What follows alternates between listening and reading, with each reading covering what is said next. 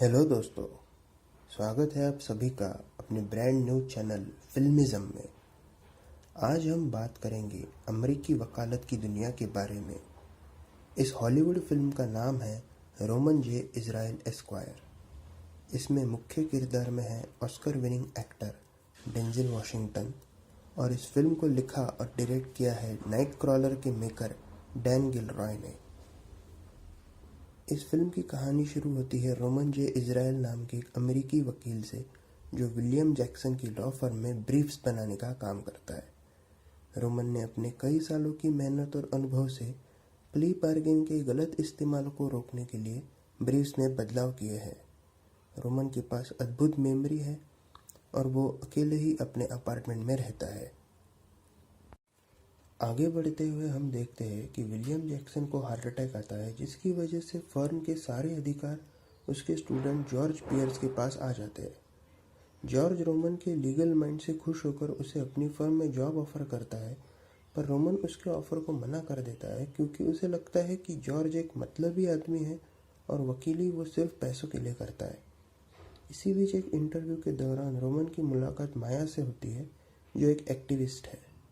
Vacancy ना होने की वजह से रोमन को जॉब तो नहीं मिलती, लेकिन माया उसे ऑफिस में होने वाले एक स्टूडेंट मीटिंग में भाषण देने के लिए इनवाइट करती है।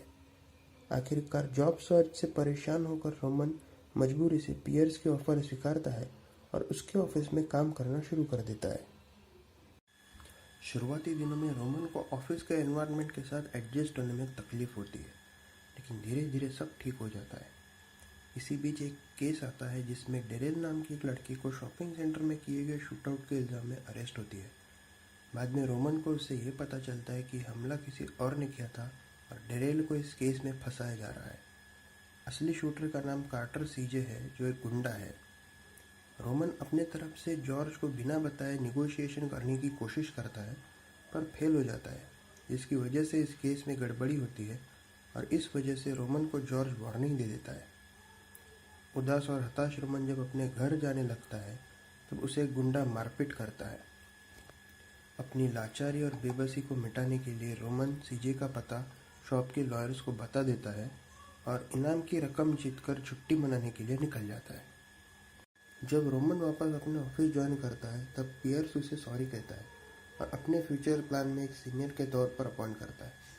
इसी बीच माया रोमन को डेट के लिए बुलाती है और वो रोमन से कहती है वो उससे इंस्पायर है और उसी के रास्ते पर आगे फॉलो करके प्रैक्टिस करेगी। रोमन को ये बात सताने लगती है क्योंकि उसने अपने ही उसूलों के साथ कॉम्प्रोमाइज़ किया है।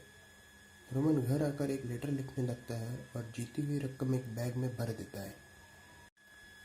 कुछ दिनों के बाद अरेस्ट किए गए सीजे का स्टेटमेंट लेने के लिए जब रोमन जेल जाता है तब उसे अकेला पाकर सीजे रोमन से कह देता है कि उसे पता चल गया है कि उसका नाम और पता रोमन ने ही दूसरी पार्टी को बताया था और उसके किए की सज़ा उसे जल्द ही मिलेगी। ये बात सुनकर रोमन घबरा जाता है और बातचीत आधी ही छोड़कर पियर्स के ऑफिस से रिजाइन कर देता है। इसी बीच ये बात भी ऑफिस में फैल जाती है कि रोमन ने ही सीजे की इन्फॉर्मेशन दूसरी पार्टी को दी थी और उसके बदले में उसने भारी भरकम रिवॉर्ड लिया था। जब रोमन जॉब छोड़कर जाने वाला होता है तभी पियर्स उसे वापस बुलाने के लिए आता है, पर अपने उसूलों को तोड़कर अब इजराइल आगे इस सिस्टम में काम नहीं करना चाहता और वो अपने लिखे सारे ब्रीफ्स पियर्स को देकर वहाँ से निकलने लगता है। इसी बीच ये रिवील होता है कि रोमन ने रिवॉर्ड की रकम वापस कर दी है। जब अपने रास्ते निकलने लगता है तब सीजे का एक गुंडा रोमन को शूट करता है और रोमन की वही जान चली जाती है।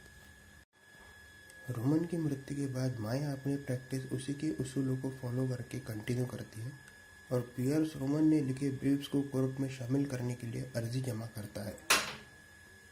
ये फिल्म तो वैसे फ्लॉप हो गई थी, पर एक बेहतर एक्टिंग और सिनेमाटोग्राफिक टेक्निक के लिए इसे ज़रूर देखना चाहिए। इसी के अलावा किसी भी सब्जेक्ट के वेल रिसर्च को समझने के लिए भी ये फिल्म मैं आप सभी को रिकमेंड करता हूँ। अगर आपको वीडियो अच्छी लगे तो प्लीज़ लाइक, शेयर और सब्सक्राइब कर दीजिएगा और बेल आइकन दबा दीजिए ताकि लेटेस्ट वीडियो के अपडेट आपको जल्दी जल्दी मिलते रहे। तब तक के लिए टेक केयर, हैप्पी दिवाली।